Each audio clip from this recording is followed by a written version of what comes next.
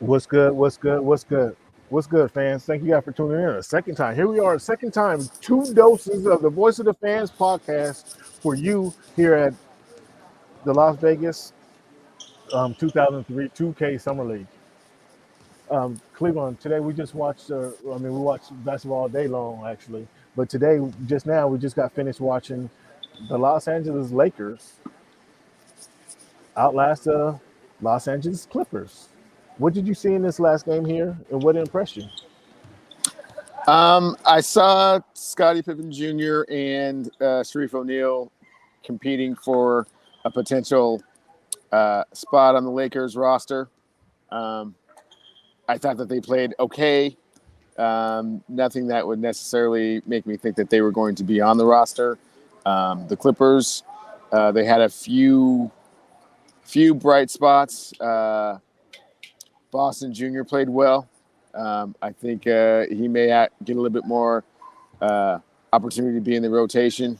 Other than that, it was just a hard-fought physical game. Crosstown rivals, even in summer league, there's still a little bit of bragging rights to go with. So it was good that the Lakers won that. Oh, it was good that the Lakers won that. Do you notice that though? In the fans, it was a Clippers home game. I think they announced, right?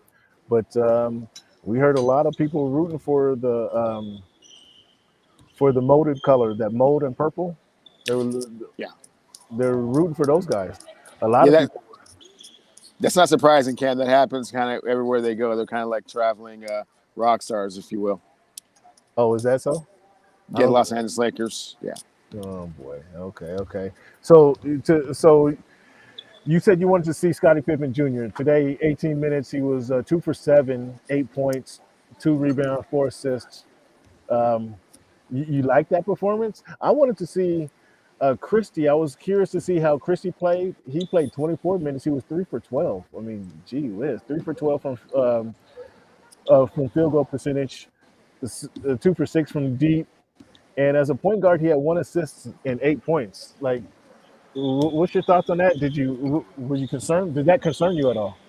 It does concern me. For a second round pick, he certainly looked out of sorts, and in person, he looked a lot skinnier than I was anticipating, and it looked like he was kind of trying to get a feel for the game, kind of exactly where he was supposed to be in the offensive sets, and I think he's thinking out there a little bit too much. Hopefully, the game gets to be a little bit more instinctive for him as the summer league wears on and going into training camp. Oh, so now there's an advantage to having guys 2 years in the league and some No, leagues. Chrissy is I said second round pick. Oh, I'm sorry. Yeah. I'm sorry. So, but there is an advantage for having this guy, the second round pick in the summer league playing. Most definitely. It's a chance to audition and kind of see what his strengths and weaknesses are. And as you can see, at 3 for 12, there's still some room for improvement. So let's go ahead and keep on playing those games, getting those reps in. Now, the high minute man on the Clippers was Jay Scrub, who finished the game 4-11, 15 points, 3 rebounds, 1 assist. He had 30 minutes, but only had 15 points. And that's 20 minutes. Brandon Boston Jr.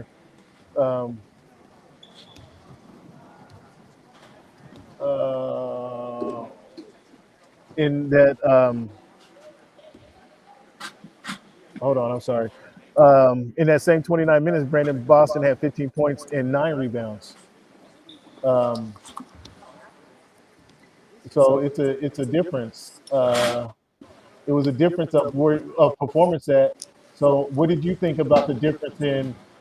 They both played a combined 59 minutes, but then my man Scrub had 15 points, or he had 15 points on 4-11 shooting. Boston had 15 points on 3 for 12. What did you think of that difference there? I don't make too much of those type of discrepancies or stats when you're talking about summer league.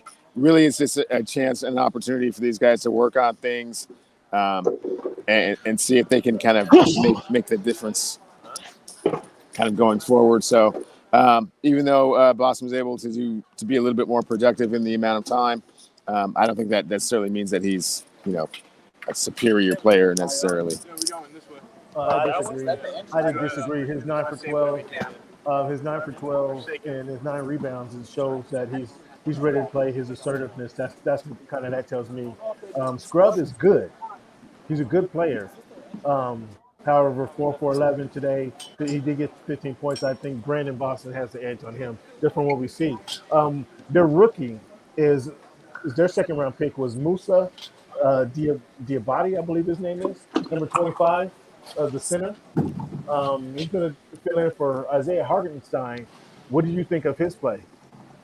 I thought he had a presence down low, certainly on the rebounding aspect. I thought his offensive game kind of needed a little bit more refining, but that's what they're here to work on. So his strength being his rebounding and defense, things to improve and work on, his ball handling and his shooting.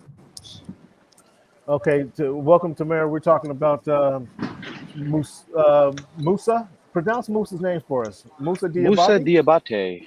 Yes, sir. Diabate. I was just telling Cleveland, I thought he had a pretty good outing tonight. He looked good, able to run the floor. He actually hit a three tonight, 4 for 6, pretty efficient. What did you think of Diabate? You've seen him now a couple nights. Mousa's got the word they've used with him a lot is motor. He's got a very good motor. He's a guy who runs the floor pretty well. Is kind of always there for an offensive rebound, at least to tip it, if not to grab it. He's a guy who's really just got a good instinct for the game, I think. The only thing with him is he's very young. He's 19. He probably will need to fill out a bit more with that body of his. Just bulk up a little bit more, get used to the physicality, and also get used to the speed of this game. But so far, it hasn't looked like he's really missed a beat. He's been pretty good, on this NBA Summer League stage. He did suffer what looked like a bit of an ankle injury. He had an ice pack on his ankle, but he's been good. He's been solid for a 19-year-old. I think he's everything you could ask for in the first 2 games. Yeah, what they will expect from him. Obviously, he's a replacement for Isaiah Hartenstein. Hartenstein did Yeah. a lot of little things, a lot of tangibles that the teams really need. Setting the screens, rolling hard, grabbing rebounds, playing good defense. Hartenstein did a lot of that. Do you think he's in that category? He's equipped to fill in adequately for Hartenstein? I don't. Not right now, anyways. Right. Isaiah was a multiple year kind of. I know he's still only 24, but he had stops in Cleveland, in Houston, and Denver, so he had opportunities to learn and play with different guys like Jokic and Kevin Love, and it's just a bunch of different players that he's had to play with.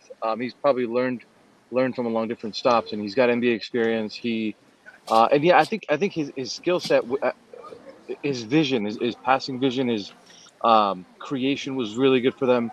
And I think his floater was second to none, I would say. I don't think I saw him miss a floater for a lot of the year. I mean, he came back from that ankle injury. That's Isaiah Hartenstein. And he kind of, he missed a few chip shots here and there trying to get back to his rhythm. But that floater, that float shot, that little 5 to 10 footer, Right. in there, I mean, you saw in the painted area, he was knocking them down all year. So Hartenstein brings something a lot more than Mousa. But again, Mousa's 19. He's going to have time to grow into his own. I think the Clippers will still have to probably add another big man to this team because I don't think Mousa's ready for that backup center spot. He's also a little bit undersized, so I might want to, I think you could see him being used more as the 4 as opposed to the 5. Okay. So yeah.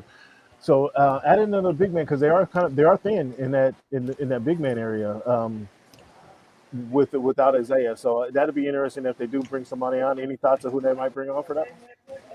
Oh, I mean, there's a number of free agents that are out there.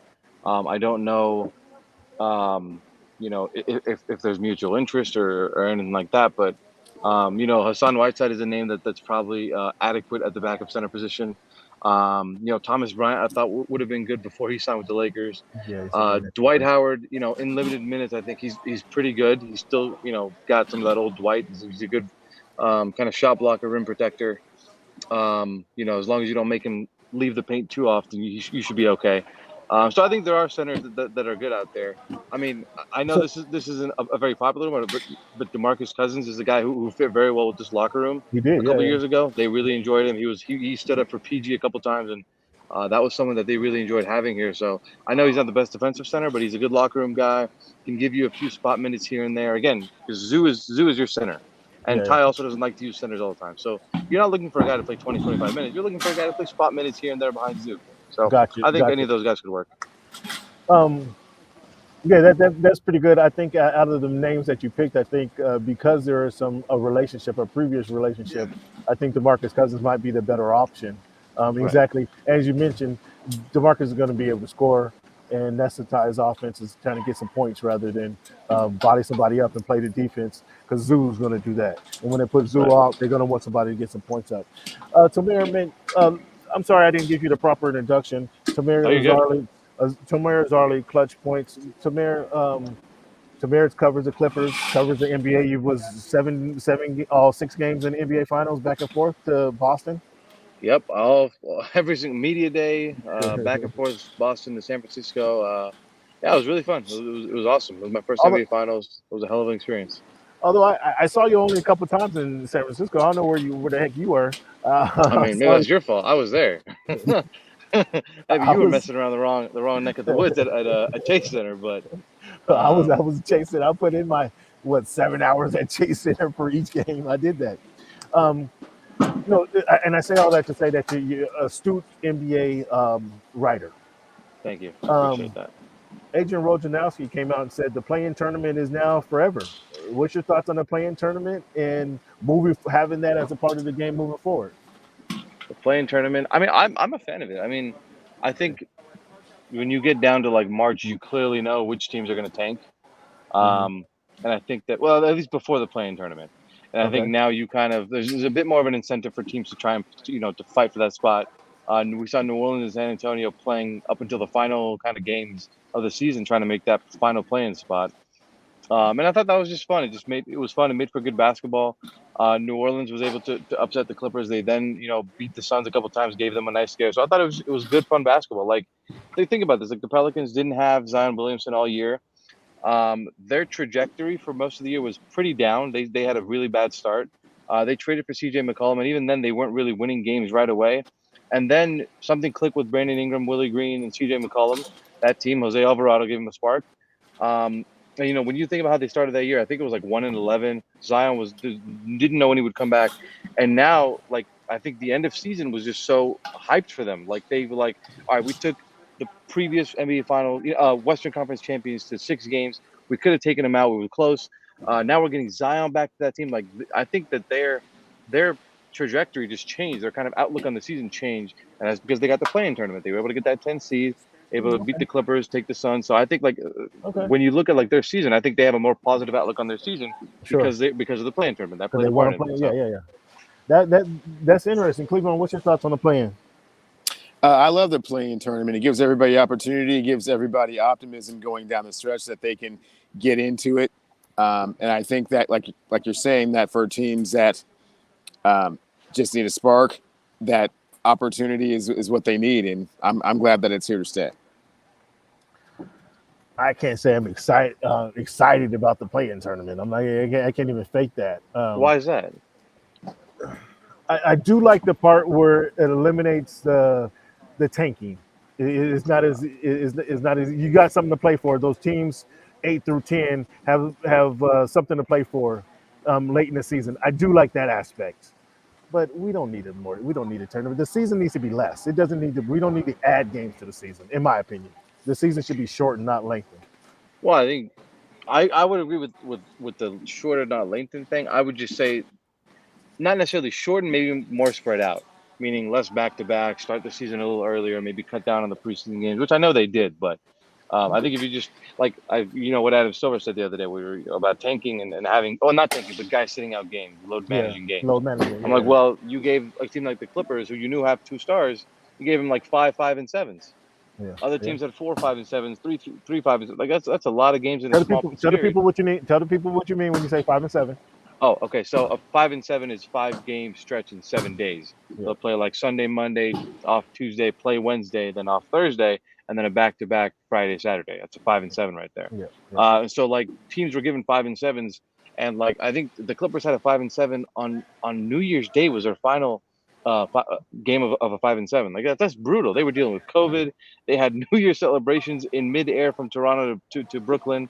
So like it's just you got to reduce the amount of 5-7s for one, and the amount of back-to-backs. I will say those two have got to be reduced. I don't think completely eliminate them, but just reduce them. And Mr. Jason agrees with you. Less back-to-back games and spread out the season.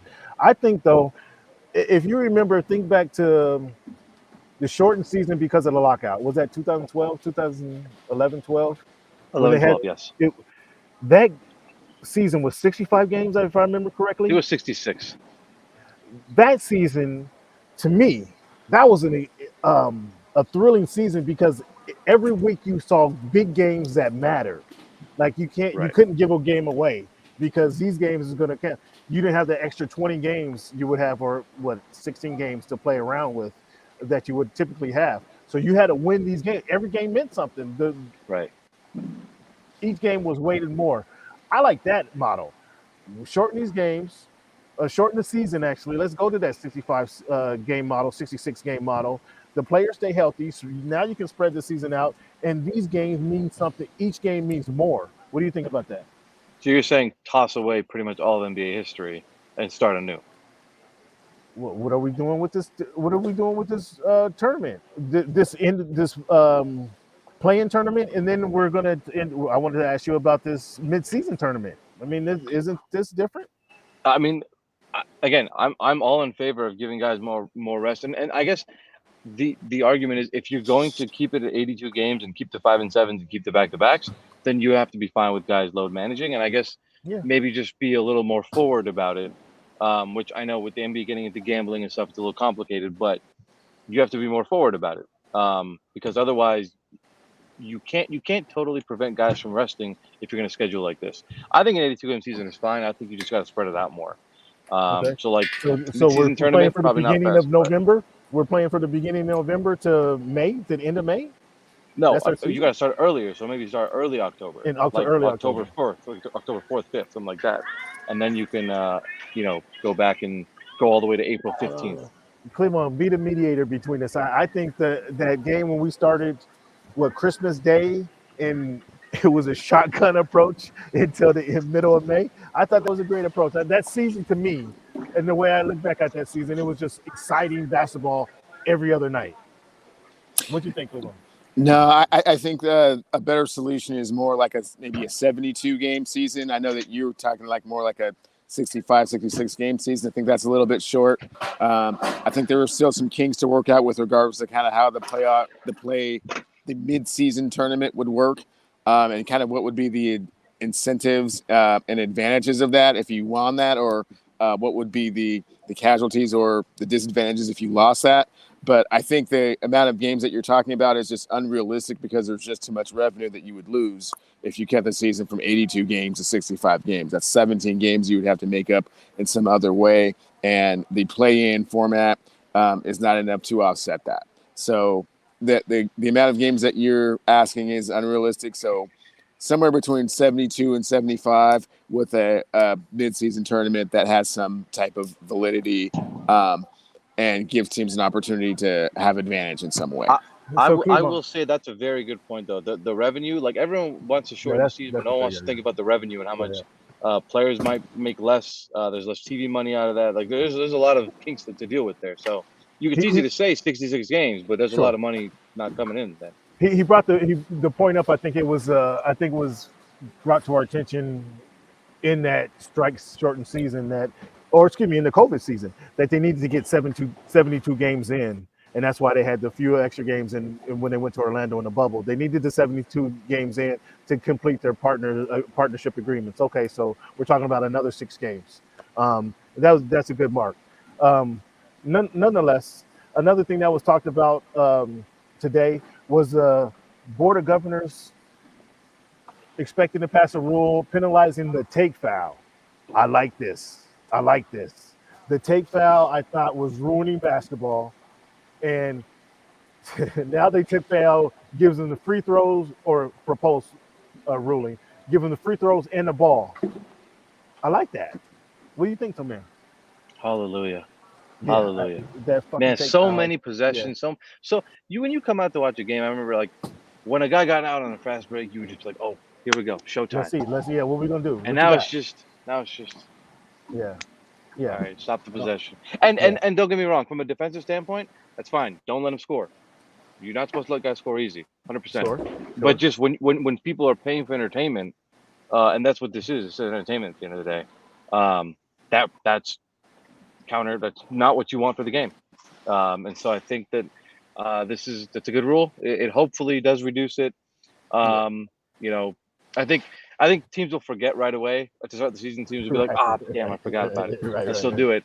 And then maybe like after a month or so, we'll see guys, kind of back off of that because free points are free points, and you don't really want to give those away. But Yeah. I'm Yeah. ecstatic about the rule. I'm ecstatic Yeah, about you that. don't want to give the ball back, and that's a severe penalty for the BS take foul. Stop it. I'm glad. Yes, good job, Adam. Good job, Adam. Good job. Good job. Um, the reason we're here, well, not the reason we're here for Summer League. We have a few different people's opinion of Summer League. Tomer, what's your opinion of Summer League and how it impacts the team and the flow of these players? What I think about summer league as it pertains to the team and the players? You mean The specifically? team, yeah, the team and the players specifically. Yeah. I mean, a lot of guys here are not going to get opportunities to play on the NBA level, and a lot might not even get the G League level. So this is fantastic for them.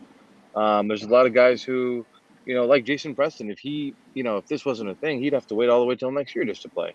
Right. Yeah. So there's a bunch of opportunity. Like, we talked to Fee earlier today. Fee's like another guy who's trying to make a roster. It's a great chance for him to show out. He put out 20 and 13 today. So, um, it's a good opportunity. I like what it does. I like the kind of the opportunity it provides a lot of players to showcase their skills. Who was I think it was his name was Matt Ryan on the Celtics the other day with a buzzer beating bank shot and Right. talked Yeah. about how he Yeah. was driving DoorDash a year ago and now he's doing this. Like, Exactly. it's a Crazy. fantastic Crazy. opportunity. Yeah. Yeah. Maybe he won't Exactly. make the team. Who knows? But that's just a fantastic opportunity for him. Like, he's never going to forget that moment. And I think Exactly. it just provides a lot of moments like these for these young players who are trying to make a roster. I think it's fantastic. You're exactly right. I just wanted to get your feedback because again, why we're here. This is my second summer league. So as a reporter, like you are, highfalutin reporter with all these. Do you got the blue check mark? I didn't check. I I should do. check. Did you get? You got the? I do. Look I at do. him! I got Look mine. at him! I Look got at mine. I got him! I've been touted as a new media by Draymond, so Hey, so did that happen just within the last couple of weeks? the blue check mark. Yeah, No, that was during the the season, the season. regular season. I Okay. think I want to say like March or something. Congratulations. I can say I knew this guy would win. He didn't have the blue check mark. Thank you, I appreciate that. No, Thanks. thanks for coming in. So I just wanted to get your feedback on what summer league has been. Again, I want you to please tell the people what I can talk all day. Tomer, they talk to me. They hear my voice every week. You tell them what summer league is for you as a reporter. How the benefits of summer league for you as a reporter.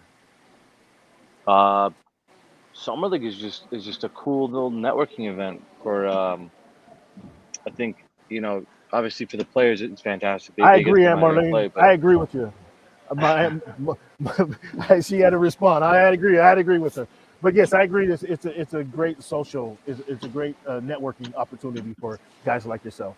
yeah, you get to come out, see guys that you might not see in the regular season.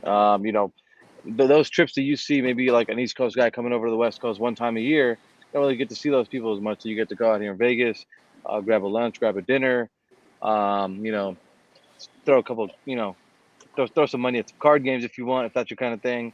Yeah. Go to some shows. There's some shows here around town. It's fantastic. It's awesome. I love it. It's the heat. I always tell myself I know it's gonna be hot. I'll prepare for the heat, and then I get here and I'm like, I wasn't prepared for this shit. It's really hot. But other than that, it's awesome. I mean, you get to wear t-shirts and shorts everywhere you go here, and go to watch basketball and interview people. So it's less formal. It's super fun. I enjoy it. We see Ty Lue over here, Steve Ballmer, Jerry West, Norman Powell. Like, just everyone's hanging around here. LeBron was here the other day, so it's cool. It's a fun little event that I really enjoy it. I think it's awesome. Yeah, I'd second that. As reporters as we are, we get to. I mean, Mark Jackson's here. Nate McMillan, get a chance to talk to him. Exonic, get a chance to rub elbows with him, talk to him. So you get to talk to a lot of who's who in basketball, and they all come down. And the thing I like about the NBA, it's a community, and this is one of the opportunities. You saw that at the at the finals. The community atmosphere, everybody kind of come together to enjoy Right. themselves. And it's a lot of the same thing here. It's a lot more relaxed because it is a summer league. It is a summer, Yeah. so it's a lot more relaxed. You get a chance to talk to people, pull people aside. We get Tomer. I've been trying to get Tomer on my podcast. Actually, Tomer came on my podcast, so I'm not gonna throw him I under the did. I bus. came on He came was it on a last year, I think? podcast. It was a couple years ago, and we was a different iteration, but now we're the new iteration. Voice of the Fans podcast. We've been at this quite a long time. So, Tomer, I want to commend you again for joining us, and we'll No, look thank for you for having me. I appreciate that. let the people know where they can find you. Where do they find the blue mark, Tomer? You can find me at Tomer Azarly. It's my name. It's TOMERAZARLY. I'm mostly on Twitter and Instagram. You'll find my work on ClutchPoints. I'm trying to get some creative stuff on TikTok, trying to get into that, but that's taking me some time. But no, just Twitter, Instagram is kind of my main thing. And then I write all my stuff on ClutchPoints. So yeah, again, thank you for having me on, man. I appreciate you. You too kind with some of your words. I appreciate you guys. No, I appreciate you, man. Before we let you go, though, give me. I know you've been covering the Clippers intimately for the last few years, as long as I have actually. Um, 7 years now, entering my oh, 8th. oh, excuse me. See, you see, he's high signing on me. You see, he's high signing on me. You look like you weren't sure, so I want to put some numbers on it, you know? I just So, wanted to give you some so I, definitive. so I haven't been covering the Clippers as long as Tomer has, folks. That's right. That's right. You get that right. so, so tell us, what do you see for the Clippers? I asked somebody earlier today. I'm not going to tell you their response, but I asked somebody earlier today, flat out, are the Clippers the favorites in the West? And they wasted no time to tell me absolutely not. But where do you see them in the hierarchy of the Western Conference? If the Suns can get Kevin Durant without trading Booker or Chris Paul, they're the favorites. Because Kevin Durant, Chris Paul, and Devin Booker is an insane trio. But I will say, I think this team, I think right now should probably be the favorites. And I think health is something you have to consider. Absolutely. This team hasn't been able to stay healthy. That's kind of just the fact of the matter. It's not hating. It's not any of this or that. They haven't been able to stay healthy. They're entering year Absolutely. 4 of Kawhi and PG. They're entering year 3 of Ty Lue's, I think, 5-year contract. There's not a lot of time left here. The window is starting to shrink a little bit. You know, if it's not this year, it's next year. So these guys are getting older as well. So I think they have to be the favorites. They have to get lucky, I would say, a bit too. Like the Kawhi ACL thing was a bit of an awkward step. The PG elbow injury last year was Nurkic kind of falling on him in a weird way. It's just a lot of unlucky kind of fluky injuries. And so even the Norman Powell thing, if you watch that, when he got injured against Maxi Kleber in his 3rd game here, he like landed on his toe and then Kleber stepped on his toe and he just like fractured. It was just like a fluky injury. So A lot of you just things, got to yeah. stay healthy. You got to stay healthy. And if they're able to stay healthy, I think they'll be the favorites. No disrespect to the Golden State Warriors. We watched them in the finals. They're a fantastic team. They're a well-coached team, and I think they have a good bench. They did lose some pieces in this offseason. And I think that while they figured out the Boston Celtics, I think the Celtics didn't do a great job of exploiting some of this Warriors' weaknesses, which I think was their athleticism. They weren't super athletic, and I think Boston kind of used that at first, and then I think the Warriors figured them out, and then from then on, it was kind of over. So I So think like while the Warriors are the defending Western Conference, defending NBA champions, excuse me, yeah, I think they do have some shortcomings. They did lose some guys, but I wouldn't be surprised if the Warriors get back to the finals and win again. I just think on paper, when healthy, the Clippers are probably the best team. This is probably the best roster the Clippers have had in their entire history. it is So, without question. Without question, the Warriors. They pulled it out. I thought Boston, with their inexperience, hurt them in the finals, and then whether it was their health or they got the Warriors wore them out. I don't know. That was those either way you want to go. The Warriors won. I'll give the Warriors credit for winning the finals. I'm not trying to take anything from them for winning the finals, but I thought the Celtics got wore down and the inexperience hurt them in that finals. but I think when you look at, I have to look at his numbers, but it was Robert Williams who finished with I think like a positive plus minus when he was on the court for the Celtics. Like he was really effective.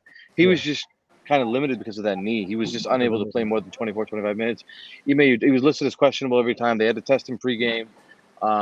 Ime Udoka said multiple times, in order to kind of preserve his career, you have to limit him, and I think that's tough. He was your best defender, Yeah, outside yeah, of Marcus Smart, but like he was really good for them, and I think he was good in that Warriors series when he played. But again, I think him being limited and the Warriors kind of just figuring them out, it was a wrap by then. So, yeah. you know, They finished off the last 3 games. But I think them picking up Malcolm Brogdon it'll is help. It'll help was big for them if because he's healthy. Yeah, but he's a literal point guard where White can play the role. He's kind of a two guard, shooting guard and point guard. He plays the role, but I think Brogdon is a little bit better, and he can serve yeah. that purpose better for them. I don't doubt that, but he's coming off playing 54 games in the COVID year out of 72, 56 out of 72 the next year, and 36 out of 82 last year. So while he is good, there's no questioning that. They also got Danilo Gallinari, who's fantastic in a limited role, I think. Yeah, Those are good players, good additions. You just got to stay healthy. I mean, yeah. again, that goes for a lot of teams, but Health is huge. Yeah, um, health health is is just huge. some teams just get lucky and stay healthy. Some teams just don't. It is what it is. Health is wealth. You can find Tomer Azarly ClutchPoints on Twitter. Tell him Tomer Azarly at ClutchPoints, right? That's it on Yep, Twitter, right? yep. Twitter, Instagram, a little bit of TikTok. Help me grow my And page there. and then what's the TikTok? Is it your name, Tomer Azarly Yep, on it's my TikTok? name. Yeah, Okay, yeah. I'm gonna find you on TikTok and see if I can throw you some spam. Oh my guy. Hey, thanks for joining us. We'll hope to have you on more times during the season. Enjoy your summer. You got any big plans for the summer? Uh, well, I went to Hawaii in May, Oh wow, look at you. so I kind of got a little vacation out of it. Honestly, I think I might just want to chill because I did the Hawaii thing, came back, then we had some playoff coverage from home, and then we have the finals.